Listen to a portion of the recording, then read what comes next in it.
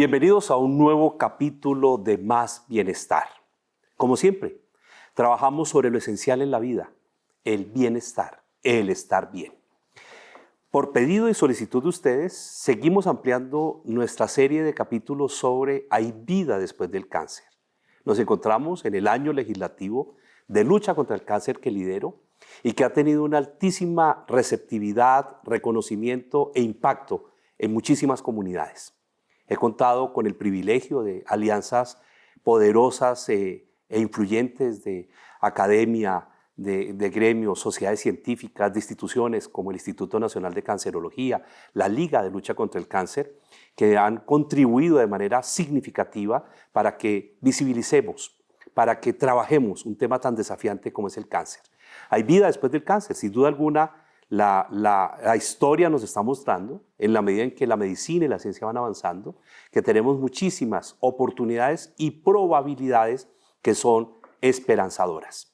Y como siempre, un invitado muy especial el día de hoy. El doctor Germán Augusto Díaz, ese médico cirujano de la Universidad Surcolombiana, de mi departamento, el departamento del Huila, el alma mater de nuestra región. Es médico internista también, incluso formado por otro de los invitados que también forman parte de nuestro capítulo Cuando el cuerpo habla, que no tiene que ver con cáncer, sino Cuando el cuerpo habla, que tiene que ver con detección temprana de síntomas y autocuidado en la salud. El doctor Díaz además es neumólogo, neumólogo de la Universidad del Bosque, neumología de adultos, tiene una maestría en epidemiología, ha venido formándose en trastornos respiratorios en la UNAM, en México y en universidades europeas, concretamente en España. Actualmente integra la unidad de tórax del Instituto Nacional de Cancerología y del Hospital Santa Clara en Bogotá. Pues tiene una enorme experiencia en pulmón y en algo que se llama cesación tabáquica.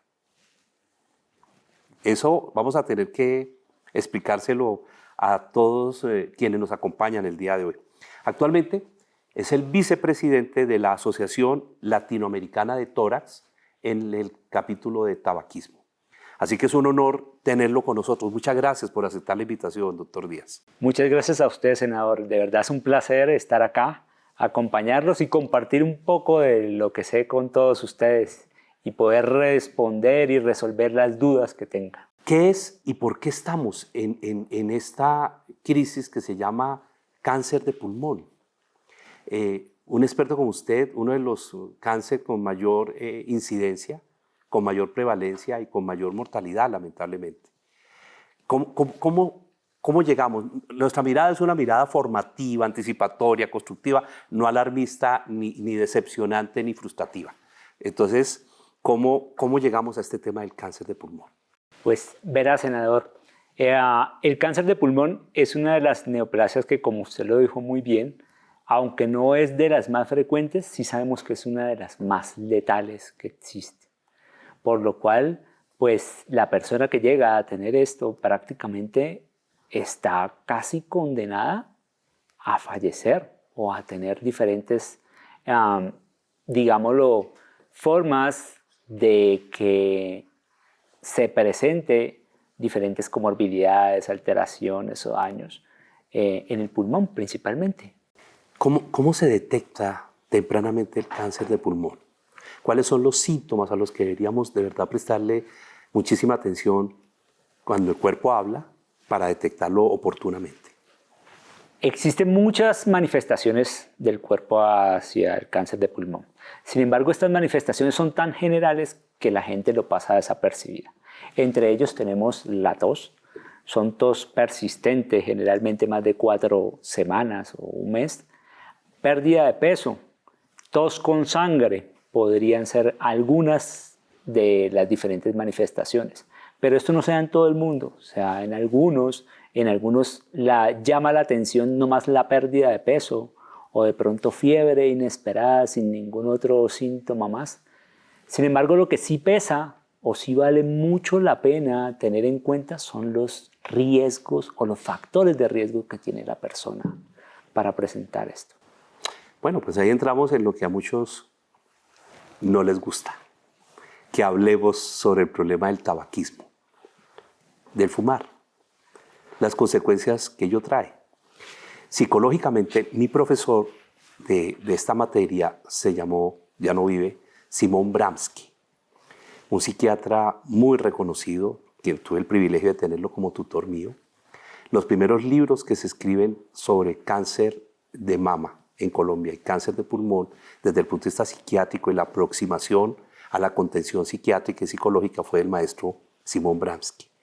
Y él en esa época, cuando fumar era tan común y cuando no existía hoy cierta conciencia que hoy tenemos, él en esa época nos hablaba e incomodaba al auditorio cuando hablaba de ello. Me acuerdo de un compañero mío que fumaba por lo menos 3 cajetillas diarias, que en alguna conversación informal con el doctor Bramsky le decía: muéstreme las pruebas científicas, muéstreme la prueba científica de que fumar está asociado al cáncer de pulmón y a otros cánceres que hoy sabemos, no solamente de pulmón. De verdad, ¿cuál es la investigación científica que ata, que conecta? ¿Qué tiene que ver el tabaquismo como factor predispositor? Claro, resulta ser que el cigarrillo convencional, tiene aproximadamente unas 7.000 sustancias. Dentro de cuando se consume, estas sustancias entran en el cuerpo. De estas 7.000 sustancias, ¿un cigarrillo? Un solo cigarrillo tiene aproximadamente 70 que son cancerígenas comprobadas actualmente. Tal vez en algún tiempo no se tenía tan dilucidado esto. Se necesitó mucho tiempo, mucho esfuerzo epidemiológico, en el cual definitivamente sabemos que es uno de los causantes de cáncer de pulmón. El 80% de los cánceres de pulmón solamente tienen que ver con el cigarrillo y 21 tipos de cáncer más en todo el cuerpo. No solamente porque la gente tiende a pensar que yo solamente me salvé, no tengo nada en el pulmón y todo lo otro no depende de ahí. No, existen 20 cánceres más asociados al cigarrillo. Que son, por ejemplo, en su orden de prevalencia. Entre ellos se sabe que tiene su asociación con próstata, con mama, con lengua, con orofaringe, gástrico también está vinculado, cáncer de colon también está vinculado, cáncer del sistema nervioso central, cáncer de piel, y la lista es muy importante y larga. Lo que pasa es que las fisiopatologías pueden ser directas, o sea, las causas pueden ser directas, como pueden ser también de forma indirecta y hacer que progresen más rápido o que lleguen a metástasis, que pues son las formas más difíciles de tratar y más complicadas que nosotros tenemos hablando de cáncer. Claro, y ahí viene una doble circunstancia relacionada con el consumo de tabaco y parte de los enormes problemas de la persona que está sometido al tabaquismo, que consume cigarrillo de manera dependiente y le cuesta mucho aceptar lo que es dependiente, o sea que ya tiene una adicción, es que se excusa en relación sobre qué otros vehículos puede tener para salir de su ansiedad. Incluso algunos reportan que una vez dejan el tabaco aumentan de peso o bajan de peso. Se les produce trastornos del sueño, se les desarregla el ciclo del sueño. Tienen enormes dificultades en relación con la alimentación. Entonces, entendemos que es un problema muy complejo, pero definitivamente es un problema de enorme conciencia social. Hay gente, doctor Díaz, que le dice a uno, pero yo solamente fumaba uno. ¿Con ese uno era suficiente? Sí, no existe una dosis segura de cualquiera de las sustancias químicas que están dentro del cigarrillo. Entre una de las sustancias químicas, que es la que más hemos estudiado y más comprendemos, y que es causante de la adicción que produce, es la nicotina. La nicotina, usted acabó de describir muy bien cómo es su ciclo. Generalmente es un ciclo en el cual cuando se consume, la persona llega a estimular rápidamente el sistema nervioso central. Esto lo hace en 8 segundos para que llegue a su cerebro. Y el cerebro siente una descarga de dopamina, una serie de neurotransmisores que lo hacen sentir a uno contento, excitado. Pero pues esta dopamina cae rápidamente y requiere nuevamente que la persona requiera nuevamente consumirla para sentirse feliz. Y se vuelve un círculo vicioso, porque la persona entra en que si no hay nicotina dentro de su cuerpo, es infeliz. Así que no hay dosis segura, hasta un cigarrillo. Bueno, y hay una pregunta adicional, aprovechemos que tenemos aquí al experto, y los que no fuman, pero los de alrededor sí fuman.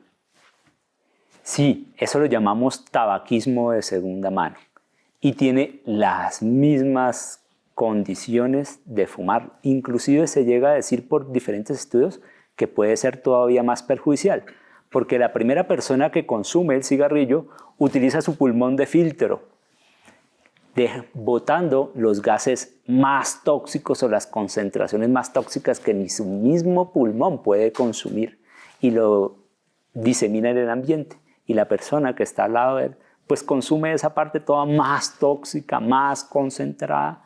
Y eso ocurre en todas las formas de tabaquismo, no solamente con el tabaco convencional, sino también con algo que tocó usted al principio, que era acerca de los cigarrillos electrónicos o mal llamados vapeadores. De eso queremos hablar, por eso se llama espacio libre de humo. Y por eso la importancia, algunos se incomodan cuando llegan a un restaurante, cuando llegan a sitios donde hay congregación humana y les dicen, venga, aquí está limitado o prohibido fumar. Espacio libre de humo significa precisamente no afectar a los otros. Es también una manera de cuidarlos. Es injusto que no pensemos en el otro también, en esta corresponsabilidad acerca del cuidado. Y entramos al capítulo de vapeadores. Ese capítulo sí me tiene seriamente preocupado. Hay una narrativa social que ha venido cursando. Esa narrativa social nos dice y le dicen a los jóvenes, sobre todo a los jóvenes, que tranquilos, que el vapeador es menos tóxico, es más seguro, es menos cancerígeno que el cigarrillo común. Además, se está utilizando la psiquis de lo que es el proceso del consumo atado a diferentes variables que están profundamente relacionadas con el comportamiento humano. Olores, sabores, presentaciones, y volvemos nuevamente al mismo capítulo del licor. Es cuando se hacen amigos. Está toda esa narrativa de statu quo, de aumentar el statu quo, y quiero decirles que las publicidades más sofisticadas y en los mercados más sofisticados que yo estoy conociendo son el de los vapeadores. Un absoluto marketing digital, directo, puro y duro, que está reclutando muchísimos jóvenes sobre todo, muchísimos jóvenes. Lo estamos viendo en las universidades, no tengo una encuesta, pero lo digo por mis propios hijos, en donde lo que uno observaba era la normalización del uso del vapeador. ¿Qué tan seguro, qué tanto podemos explicar sobre este tema del vapeador y su relación con el cáncer de pulmón y los otros que existen? Definitivamente, el cigarrillo electrónico, mal llamado vapeador, es igual que un cigarrillo convencional. Simplemente es otra forma de que la persona se entregue o se aplique nicotina. No tienen ninguna diferencia. Les comentaba al inicio que si mal contados existen 7.000 sustancias químicas en el cigarrillo convencional. Increíble, yo no sabía, le confieso, siendo clínico y estando toda la vida alrededor de este tema, no teníamos idea de que ustedes sabían 7.000 sustancias químicas tiene un cigarrillo, 70 de las cuales son cancerígenas, claramente, definidamente cancerígenas. Es correcto. Esta noticia me sorprende. Pues resulta ser que los vapeadores lo único que hicieron, de nuevo, es disminuir la cantidad de sustancias químicas, por lo cual aparece, digámoslo, esa noticia falsa de que son mucho más seguros. Pero estamos hablando de que bajaron de 7.000 a 2.000. Entonces todavía quedan 2.000 sustancias químicas. Y siguen conservando las mismas 70 cancerígenas. Y siguen con la misma cantidad, digámoslo, de sustancias, mismos tipos de sustancias que pueden llegar a ser cancerígenas en eso. Pero ahorita le meten, como usted mismo lo dijo bien, el marketing. Entonces El cigarrillo por lo menos ya todo el mundo sabía cómo era su olor, si alguien fumaba pues uno, digamos, lo podía reconocer a leguas, pero no, ahora tienen olores a rosas, a sabores, son mucho más atractivos, mucho más bonitos y muchas de estas atracciones son para llamar la atención a nuevos consumidores. Los nuevos consumidores desafortunadamente son niños y adolescentes, que son los que más adelante van a, cuando no puedan tener acceso a un vapeador o a un cigarrillo electrónico, van a comprar un cigarrillo convencional y seguirán en el mismo círculo vicioso del cigarrillo y el tabaco. Por eso es tan grave cuando un niño, una niña, una persona muy joven, inicia el consumo de cualquier sustancia, llámese alcohol, llámese tabaco. Y es muy grave porque eso significa que el cerebro en plena fase de mielinización, o sea, en plena fase de maduración, ya va a adquirir esa distorsión bioquímica y electrofísica. Ese es el peligro. Cuando empezamos a entender por qué hablamos aquí del cuerpo y de la mente y en qué sentido el bienestar une esas dos facetas, empezamos a comprender lo delicado de la crianza y la importancia de los factores de prevención, de conciencia y de autocuidado. Bueno, vamos a la calle. Vamos a preguntarle a los ciudadanos, como siempre, aquí en Más Bienestar, porque ustedes son la esencia de este programa, preguntas muy interesantes. Vamos a preguntarles si cree que el cáncer de pulmón solo le ocurre a las personas que fuman. Aquí ya el doctor Díaz nos está dando algunas claridades al respecto. Vamos a preguntarle si tuviera una tos que no desaparece por varias semanas, normalmente, ¿qué hace? ¿Cómo maneja usted? Estamos hablando de autocuidado. ¿Y qué piensa sobre los vapeadores? Si cree que realmente son menos tóxicos o menos graves para la salud. ¿O no son graves? Bueno, vamos a escuchar a los ciudadanos. No, yo creo que también le da como a las personas que reciben ese humo y esa contaminación. No, también a los fumadores pasivos. Generalmente creemos que ellos, como no fuman, no les va a pasar, pero sí ocurre también. Normalmente iría al médico porque creo que la automedicación es un problema muy grave que debería tratarse también, porque a veces te enfermas más por todo el medicamento que te automedicas que por la tos. Entonces yo siempre voy al médico. Me dirijo directamente al médico, no me automedico, prefiero mil veces ir a la EPS. No, yo creo que es igual de grave, solo que todavía no lo sabemos, por lo que está nuevo. No, para nada, al contrario, son muy malos para la salud. No, de hecho que no. Siento que lo han pintado como una solución a la adicción al cigarrillo, pero eso también te causa una adicción, entonces no es como una solución, sino también es un problema. Considero que son los más tóxicos, la verdad. Bueno, pues ahí están los ciudadanos. Y creo que confirmamos la hipótesis acerca del impacto de los vapeadores, de la desinformación, de la publicidad engañosa, del tremendo perjuicio que le están causando a la sociedad.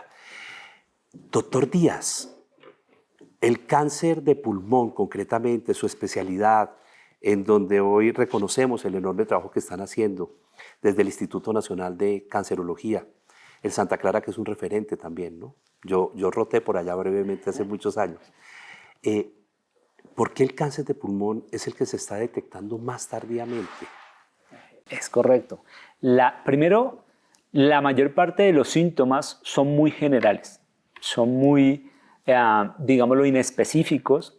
Sin embargo, si usted llega a tener tos que no mejore de más de un mes de evolución, que esa tos llega a presentar pintas de sangre o pérdida de peso sin una causa intencionada, la recomendación siempre es que consulten con su médico.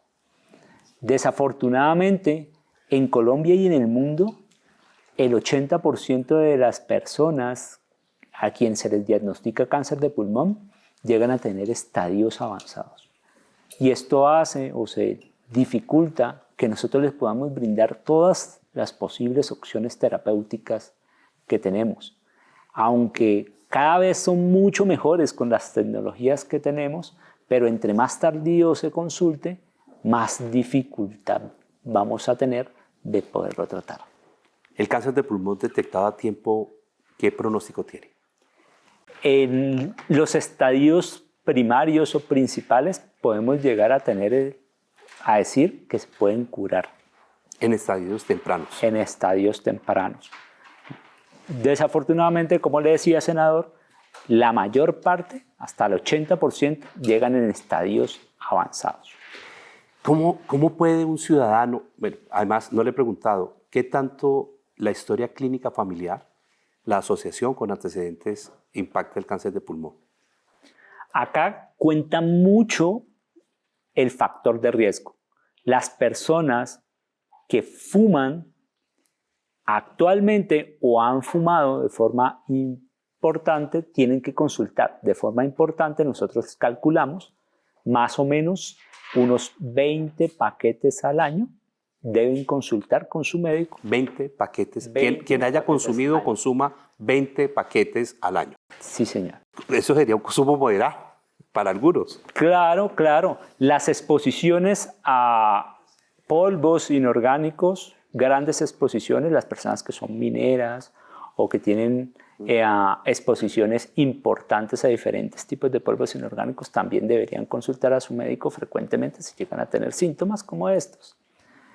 Las personas que tienen un antecedente de cáncer de pulmón, pero debe ser en primer grado de consanguinidad, o sea, debe ser su padre directo, sangre directa, el que debe consultar, porque tiene más probabilidad. O sea, existe asociatividad en eso. Sí hay un porcentaje de personas que tienen vinculación genética en esto. Estas personas, lo que normalmente nosotros hacemos es hacerle imágenes especiales, y esas imágenes especiales generalmente nos muestran las lesiones pulmonares.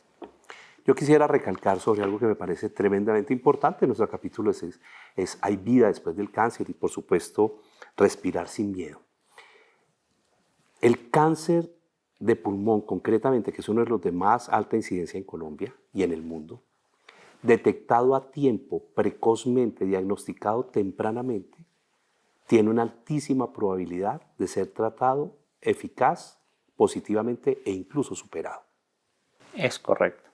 Esa es la muy buena noticia. 2, ha avanzado la medicina y de qué manera en oncología, en excelentes tratamientos, cada vez más, ¿no? Cada vez tenemos más alternativas. Entre más temprano la persona consulte, entre más rápido lo detectamos, podemos darle más alternativas. Entre más tardío nuestras alternativas se reducen. Por ejemplo, la quimioterapia, la radioterapia, la inmunoterapia. ¿Cómo está funcionando? Cuéntenos algo sobre cómo está funcionando esto, doctor Díaz. Actualmente eso ha mejorado. Cuando hace muchos años el tratamiento del cáncer de pulmón era simplemente decirle a la persona Paliativo. que definitivamente ponga en orden sus cosas, oxígeno y tratamientos para el dolor. Era lo máximo que llegamos a dar. Actualmente eso ha mejorado muchísimo con la inmunoquimioterapia, con la radioterapia. Tenemos más posibilidades, inclusive con cirugías especiales, las cuales ayudan a mejorar la calidad de vida de las personas. Niños. ¿Ha visto niños con cáncer de pulmón? Niños con cáncer de pulmón, no he visto, pero es que el cáncer de pulmón tiene una cosa muy especial. Está muy asociado al tabaquismo. Es posible que mucho más adelante, con los cigarrillos electrónicos, estamos temiendo que vayamos a comenzar a ver estos problemas. ¿El por qué? Pues porque sabemos que en Colombia la edad promedio de uso de los cigarrillos electrónicos va entre los 12 y los 15 años. O sea, en unos años posiblemente vamos a encontrarnos con cáncer de pulmón, pero esa persona pues ya es un adulto maduro. El que aparezca cáncer de pulmón se ha mostrado igual que como se encontró con el cigarrillo convencional. Para los años 30, ver un cáncer de pulmón era ocasional, no era todos los días, era un hallazgo incidental. Pero con el tiempo, en los 50, comenzaron a aparecer, ya dejaron de ser menos frecuentes a volverse más frecuentes, porque comenzaron a hacerse mucho más frecuente el uso del cigarrillo. Ahora tememos que esto pase igualito. Y más cuando los cigarrillos electrónicos pues tienen diferentes sustancias químicas. Entre ellos se han encontrado un montón de metales. Y cuando hacemos los estudios en la sangre, en la orina, inclusive en el ambiente, encontramos las mismas alteraciones tóxicas celulares y daños celulares como se forma un cáncer en el futuro. Caray, pues el desafío está planteado. ¿Hay vida después del cáncer? Sí, pero tenemos que escuchar nuestro cuerpo. Tenemos que cuidarlo. Y cuidarlo significa tener una enorme conciencia acerca de los factores que predisponen las enfermedades. En este caso, pues hoy hemos tocado una enfermedad que tiene una enorme incidencia en nuestra sociedad, que es el cáncer de pulmón, que lamentablemente, como aquí lo hemos resumido, se está diagnosticando tardíamente, el 80%, y eso hace que las opciones disminuyan la oportunidad de salvar vidas, de tratar adecuadamente. Así que, familia, el vapeador no es una opción. El cigarrillo lo es menos. Los hábitos de vida nos exigen una enorme conciencia, ojalá lo conversemos entre todos. Queremos agradecerle al doctor Germán Augusto Díaz. Esperamos que este mensaje sea esperanzador, pero también preventivo, que genere enorme conciencia y que nos ayude a disminuir la incidencia de este cáncer en la sociedad, pero también que consultemos oportunamente al médico. Mire, la gran mayoría de nosotros le prestamos más atención al carro, a la moto, a la bicicleta, le prestamos muchísima más atención a muchas cosas en la vida, más urgencia que a nuestra propia salud. Y lamentablemente, sin salud no hay vida. Hasta un próximo capítulo. Muchas gracias, doctor. Gracias por la invitación y dejarles el mensaje que definitivamente si usted no fuma, nunca lo haga, ni consuma ni vapeadores, cigarrillos electrónicos, productos de tabaco calentados, todos son iguales, tienen los mismos daños. Si nunca lo ha hecho, fantástico. Si lo está haciendo, busca ayuda, sí podemos ayudarlos. Tempranamente. Un abrazo, nos vemos en un próximo capítulo de Más Bienestar.